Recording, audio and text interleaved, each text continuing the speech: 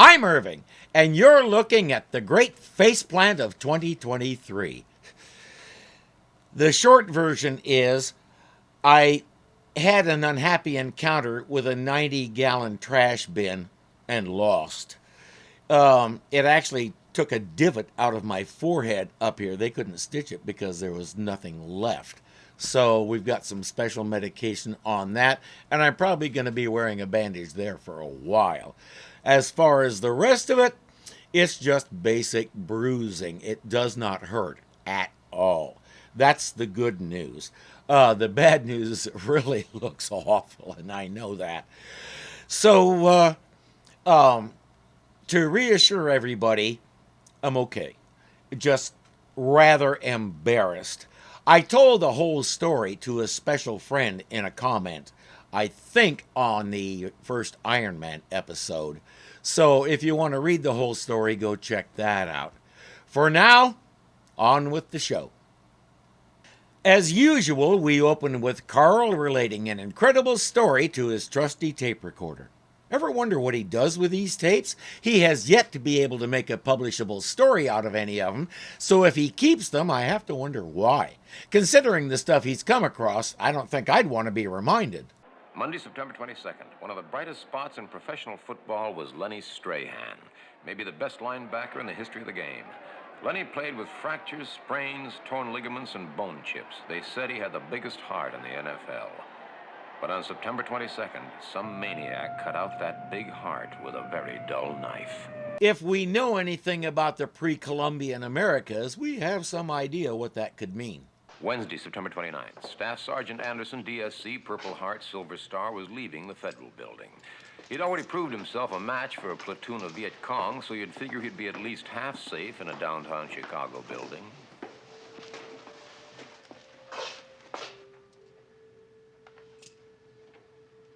Somebody left the PA tuned to a really weird radio station.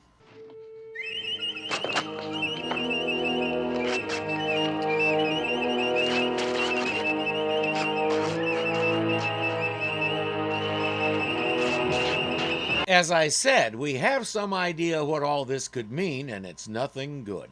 Speaking of nothing good, Tony is expecting Carl to appear at a function where he hopes to drum up more subscribers for INS. He wanted me to help with the buttering up, and I promised I'd show up with a haircut, a new hat, and a pressed suit.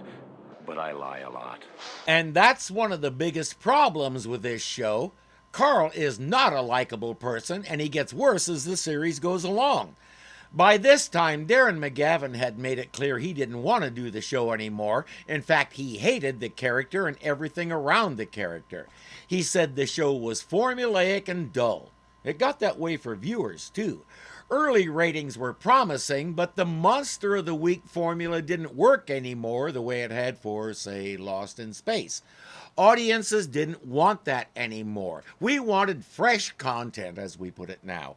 We weren't getting it from this show, and people switched channels.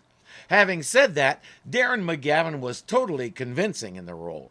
I'm not sure that's a compliment, though. I don't think I'd want to be known for doing a perfect job of playing an overbearing jerk.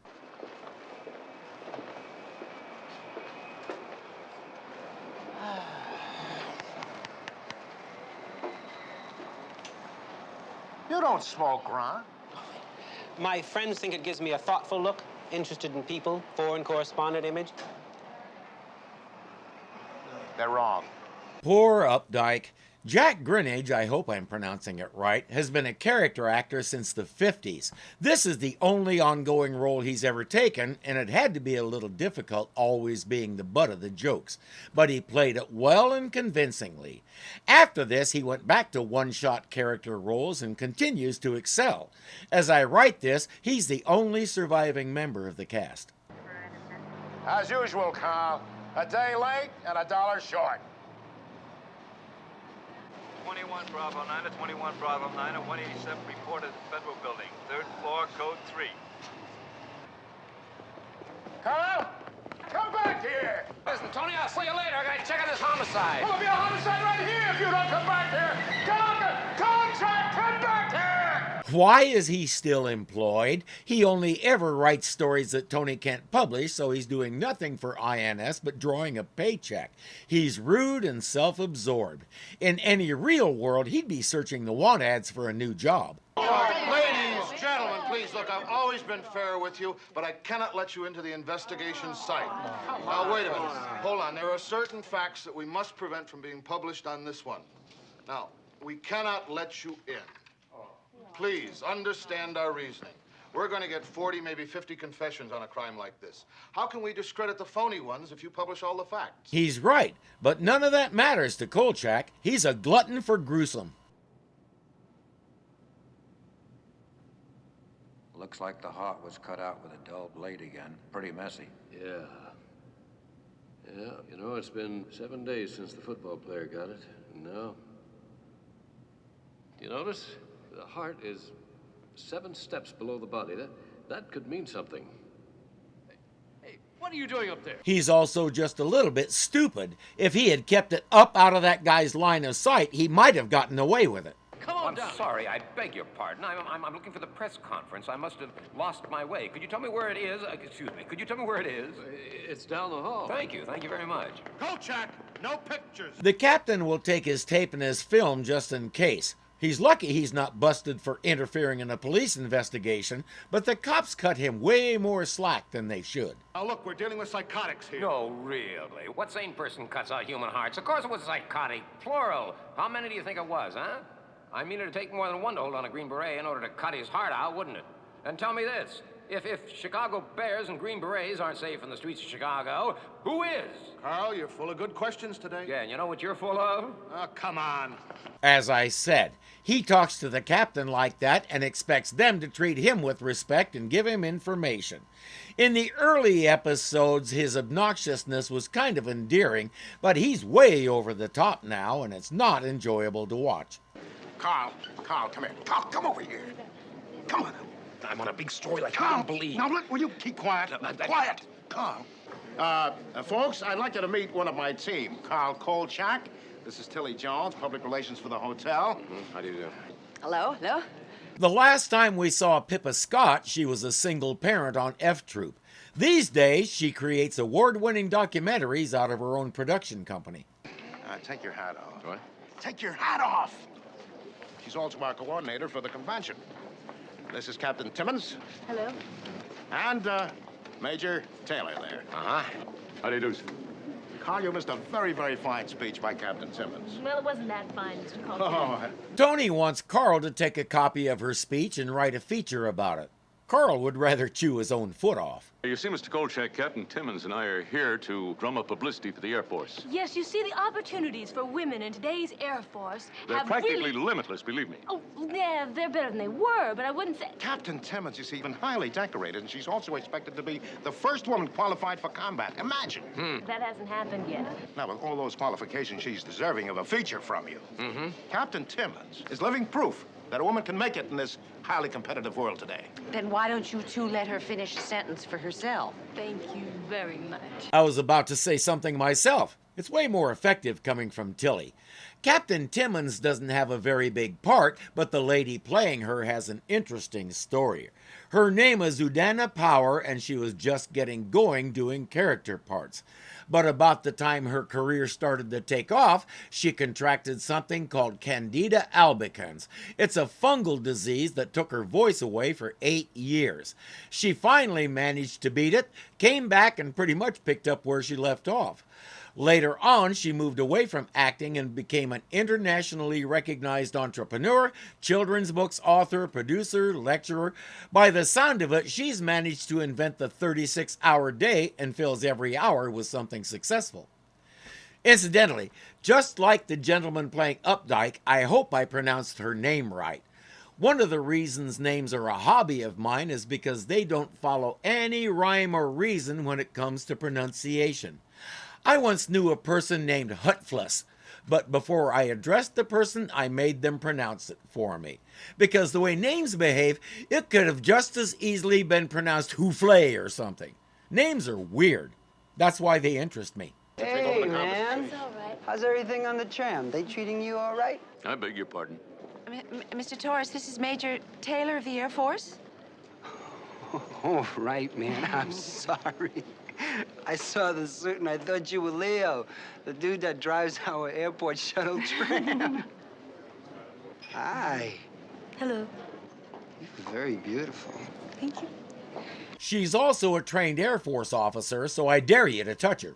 You know, I think that the reception for Charles Loder of the Times is about to begin. I'm sure you journalists don't want to miss that. I can dig it. Enjoy your stay at the Sherwood, people. As incredible as it sounds, Pepe Torres is one of the vice presidents of the hotel. Eric Estrada was recognizable, but it would be another 5 years before he'd become a household name as Officer Poncherello on Chips. And we saw Carl skip out. Lucky for him, Tony didn't. I'm not going to show it because, quite frankly, the way the scene is edited could induce seizures, but Captain Timmons is the next victim of the wannabe heart surgeon.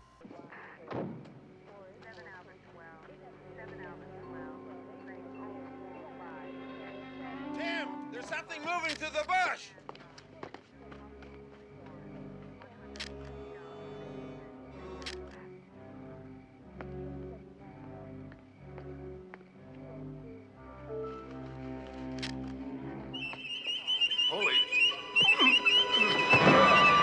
Next thing he knows, cop cars are everywhere and an EMT is checking him over. No, just lie still. Yeah. Whoa, whoa. Let's look like you've got a concussion. I think we're gonna need some x-rays on that. No x-rays, no pictures. No, I got things in there I don't want seen. Dark thoughts and evil plans. Think you're gonna be all right? Yeah, I'm fine. You just go on back to your meat wagon there. You're welcome for waking you up and being concerned. What do you think it is, Tim? I don't know. I found near the body. What'd you find? None of your business. The officer said that you arrived almost as soon as he did, Carl. How come? I wanted to be first in line for a skull fracture. All right. Now, what happened? What do you think? I got hit. What do you think what happened, you dum-dum? He can't help himself. He has to be as awful as possible. Listen, what step was the heart on this time? Okay. Well, let's see, I got here after midnight. That makes it the 9th day. Let me guess. Was the heart on the 9th step down? As a citizen, it is your responsibility to answer my questions. Now, what hit you, Carl? Well, I turned around and there was a great big red and yellow chicken. I didn't see a thing. Show him the feathers, you not head. Believe it or not, he wants the same thing you do. He wants to find out who did this and why. Maybe if you treated him like an ally instead of an adversary, he'd become an ally. But Kolchak is way too far up his own Uranus to think of something like that. My head was pounding, and it probably should have been x-rayed like the medics ordered, but I knew the police would be all over the Sherwood Hotel as soon as I connected Madge Timmons to the place. I was one step ahead of them, and I wanted to keep it that way. It didn't work out. No. Carl Kolchak, INSC. No, that's the problem. No press. What do you mean, no press? You can't keep the press out of here, Lions. I'm pretty sure he can, and he is. Time to try the Kolchak series of maneuvers. First, the butter. Lions. I know you. I was down at the ceremony where you were awarded the Medal of Valor, right? Yeah, you wasted 2 bank robbers, right? But you're not getting in. Yeah. And it was 3 bank robbers. Yeah, well, I know it was 3. I thought maybe I could do an article on you, a series of articles, maybe a 2-parter. You're still not getting in. Okay, he doesn't like the butter. Next, the disguise. Imagine a girl abducted from the hotel and murdered right with the convention going on below. It's tragic. All these out-of-towners are going to get the impression that Chicago's filled with nuts. Carl? Carl, Carl, what are you doing with that? What you... Terrific. You just blew my cover here. The disguise didn't work. Next maneuver, the sprint. Hey, he works for you, doesn't he? Who? That busboy? No. Blueberry muffins.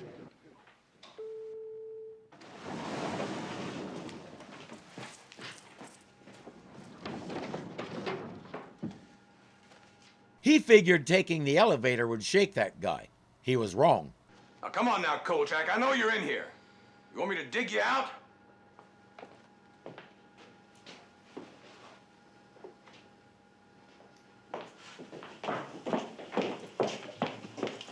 I'm sorry you can't go in there. Well, what's in there? Dead storage.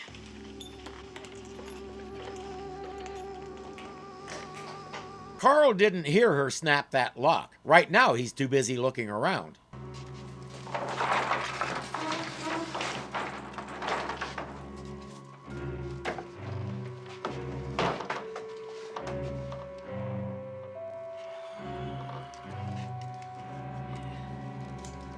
That's a fair representation of what hit him, but there's more.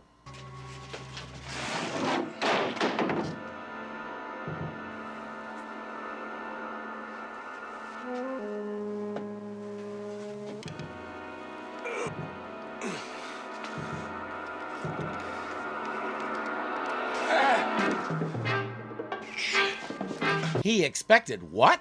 It's obviously a mummy. Did he think its face would look like that mask? Ew. And he just discovered he can't get out. Okay, all right. Just don't get anxious, right? Will you wait up? Will you just mind? Just take the hands off. Thank you, officers. Miss Jones, if you want to file trespass charges against this man, Officer Lyons will get you extra speedy service. No. No, I don't see that he's done any harm, but what I would like to know is why you find it necessary to carouse in our basement. Can't you just hear him answering honestly? Well, I was hiding from a cop who wanted to... I don't know what he wanted to do, but I knew I wouldn't like it. She dismisses everyone. Good night, Carl. I got a lot of work to do. No. Listen, can you tell me who's in charge of the storage rooms downstairs? Custodian, I suppose. Why? Custodian, come on now. Well, what about that vice president across the hall? What is he in charge of? Mr. Torres? Isn't it obvious? He's in charge of the flute. No, I'm serious. What was a bright, attractive, intelligent girl like you doing in a lesser job than that pinhead across the hall? No comment. We established long ago that Carl doesn't understand the phrase personal space, so he'll stay in her face until she agrees to chat about it off the record. That man is a monumental dummy. I mean, really. That man makes one goof after another, and I'm supposed to smooth things over, or I'll get canned. Do you know that I can cross a senator or I can cross the governor, but I cannot cross Pretty Boy? Around here, he gets what he wants. Anything, anytime. Why? I mean, how long has he been here? Oh, about a year.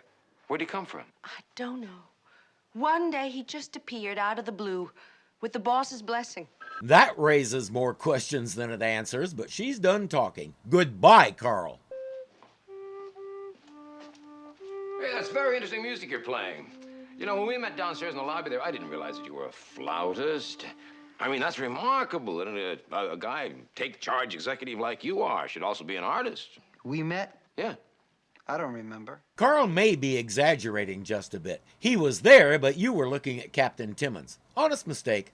Pepe introduces his staff. Lona, she's my... Secretary, hi. Nina. Art department, hi. Ah. And Vicky. Executive assistant. Sure. I think we can guess what she assists him with. I think he's talking about the young lady who was in the lobby when you were trying to decide on the new carpeting. New carpeting for the whole lobby? I mean, that's your decision?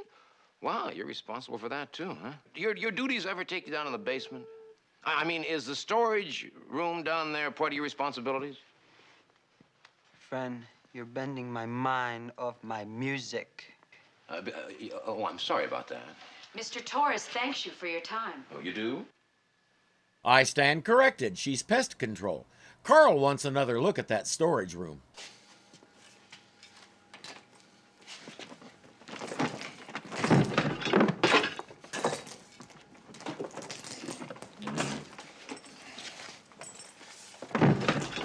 Ain't nobody gonna lock him in this time, by golly. But there's no reason to this time because the mummy and the painting are both gone. All he can find is a few feathers. Let's visit a local taxidermist and see if he can identify them. That's one of my better specimens of museum quality. It would take a rather massive fireplace to display it properly. Yes, wouldn't fit my joint. Are you interested in anything in particular? Mammals, invertebrates, piscatorial. No, informational, yes. Carl Kolchak, the INS. Get out!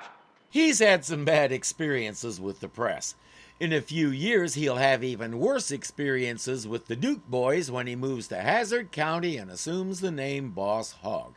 People who knew his background assumed he was in witness protection or something like that. And they're parrot feathers from a kind that comes from Mexico. About southern Mexico, a parrot country, did they ever mummify human beings there as they did in Egypt? I'm all out of free information. If he wants to know more, he'll have to buy something. It only seems fair, but Carl thinks fair is a big party at the end of harvest season. As you can see, the Incas, Mayas, Aztecs did some rather fair work among their priests, aristocracy, and royal families. So I see. He's very interested in what he sees. Tony isn't so interested in what he's seeing. How much? $24.75. Get a half a dozen live ones for that amount of money. Just sign the voucher, will you, Tony, please? Just sign the voucher. He's starting to put it together. The feathers came from Aztec country, cutting hearts out was a big part of Aztec religion, and the guy who owns the hotel chain is originally from that region. He assumes Pepe has something on the man, and that's why he's treated like a little tin god. But where it gets interesting is in the hotel chain's history. Oh, it says here the Andrews family changed their name from Arguella. And they're from Jalisco, and the hotel chain started in Veracruz. No, it's Jalisco, Tony, not Jalisco. Oh, excuse me, Jose. I don't care if they came from Jersey City, New Jersey. The first hotel was in Veracruz. 5 heart murders there about 100 years ago. Never solved. They opened the first hotel in the United States about 52 years ago in Atlanta, Georgia. 5 more murders, all heart murders, never solved. I don't know why he even tries with Tony. He always comes off like a babbling lunatic. Today is no exception, and Tony doesn't want to hear it. Get this out of my office, now!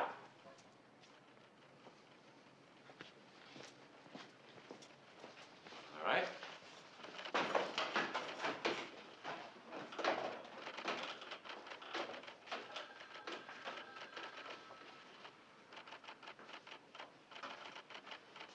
Okay, that I approve of.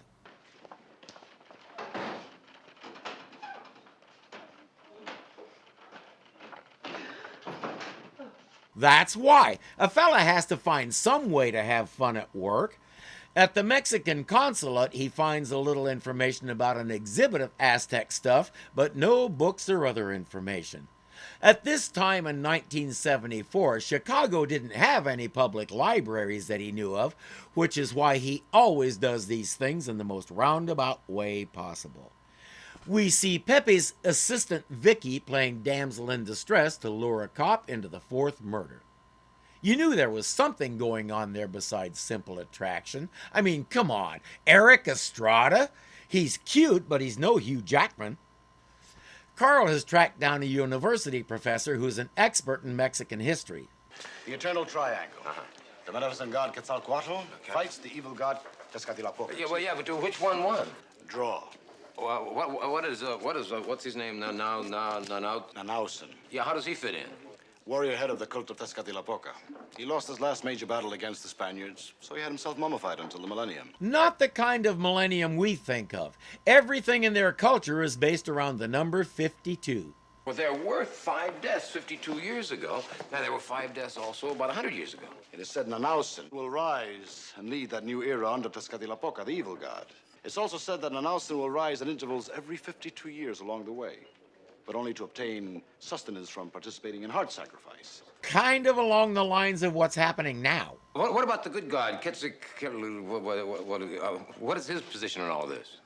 The planet Venus, the 3rd part of the triangle, ally of Quetzalcoatl. When it rises as the morning star, it's a danger to warriors like Nanausen. Dark deeds were not permitted within sight of Venus. Sure. Kolchak says there are always 5 victims, right? No, Mr. Kolchak. That is to say, there were always 5 sacrifices, but only the first 4 were true victims taken against their will. All brave young warriors without blemishes. Oh, you mean like a fullback, a Green Beret, a lady pilot, and a cop? You're great at parties, Mr. Well, now, Kolchak. what about the fifth sacrifice? You mean he didn't go against his will? The last sacrifice went willingly, Mr. Kolchak. But then he had great physical beauty, and for a year was treated like a god. He gets to learn to play the sacred flute, has 3 beautiful women to wait on him hand and foot. He gets anything he wants. Named after the goddesses of the wind. Victoscatel, Shilonina, Atlatanon. Wait. Will you take those last names just a little slower, please? Victoscatel, Shilonina, Atlatanon. Vicky, Nina, and Lona. That's right, Mr. Kolchak. That pretty well settles it. Pepe is the final sacrifice, and he's going willingly tonight. Carl knows when Venus will rise, so he needs to stall things until that happens. All the murders have happened on stairs or been positioned just so on stairs, so Carl figures the sports arena has the highest stairs in the city, and that's where it'll happen. He'll find Pepe by following the flute music.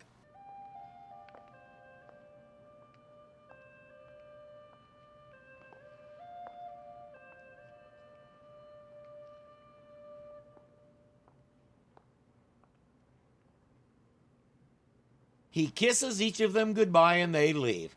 I think we're supposed to conclude that they aren't women at all. They're supernatural beings posing as women so Nanausen can get his sustenance. Hey, Pepe, how you doing, boy? How'd you get here? Well, I just followed you birds south. So they got you doped up, huh? I'm straight. Clear, beautiful. I've never been so turned on in my life. Uh-huh. I'll be cool when I drink that. Yeah? Kills the pain. Then you might want to drink it now because that headdress is going to give you a massive neck ache. I probably would have gotten wasted by the cops before I was 25 anyway. I had it all. A year treated like a god, anything I wanted. Money, women, name it. You're smarter than me, Kolchak. Ever had a year like that? A year. 1 lousy year. He gave up his life, his future, his soul for 1 lousy year. You made a bad deal, my man. You need to hold out for way more, like a full lifetime of that, and then maybe they can have your heart when you're 112. 1 year? You got scammed, dude. No, I've never had a year like that. No. What am I saving myself for? Another job as a box boy? Better a box boy than a corpse rotting in a box somewhere. And by the way, all that stuff they gave you, where is it now? What are you leaving behind you? Nothing. It was all meaningless. You're taking the ultimate step to make sure your life is completely wasted. And my mother, she'll have all the bread she needs for the rest of her life. If they live up to the contract after you're gone. He hadn't thought of the possibility that they might renege on the deal once he can't do anything about it. Let's face it, once Nanausen has his sustenance, why should they care about anything else, including your mother? The seed of doubt has been planted. Let's water it.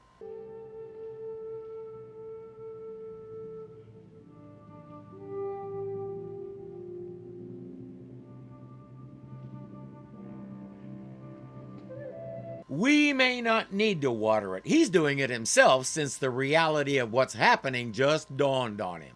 Even after drinking the potion, he's not so sure now.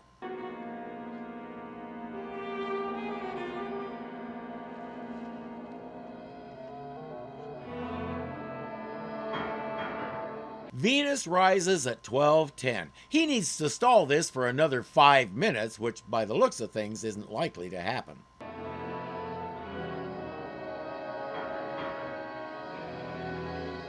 Who says you have to be a box boy?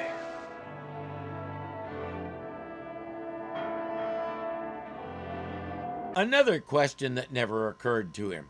The seeds have been planted, watered, and fertilized. It's time for them to emerge.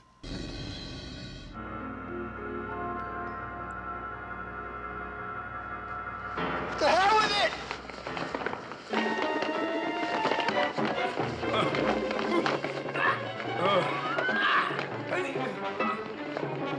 Suddenly, that 1 lousy year didn't seem like all that much. Thing is, they kept their end of the deal, so he'd better hope they don't catch him. Carl wrenched an ankle rolling down the steps, and at the moment he can't put any weight on it. But with all those guys chasing Pepe, he should have time to rest it.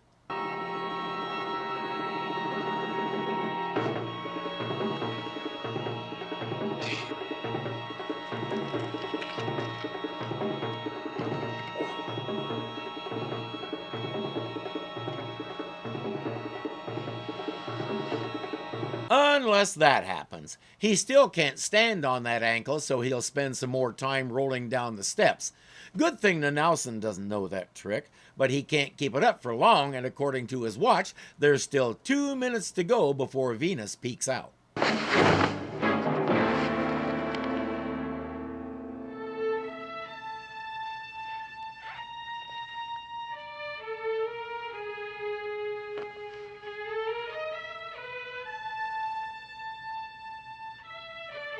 Must have been slow.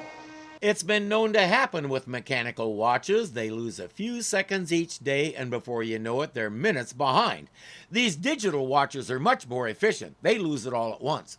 Well, officially the case was closed. They never found Andrews or Pepe, though I did hear that Pepe was working in a supermarket downstate. As a box boy, there's no shame in it. They perform an important service to people like my disabled friends and family. Granted, it doesn't pay like it's an important service, but that's another matter. And it's good to know he could run faster than those guys in the feathers. Nanausen was dormant again, and I urged that he be destroyed. Without his fifth sacrifice, will he still rise up 52 years from now? The police who found me didn't seem to understand what I was talking about. Go figure. I think we all have a fair idea how he tried to explain it, so I doubt even he understood what he was talking about. They felt that Nanausen was a valuable museum piece and nothing more, just dead antiquity. Well, all I know is I won't be around 50 years from now for the millennium. Will you? If you missed it, Nanausen's eyes were flickering. Ooh, spooky. Dormant mummies don't flutter their eyelids. Kolchak finally noticed and realized Nanausen was trying to flirt with him. He pondered the fact that it had been years since he had a date, so he said, why not?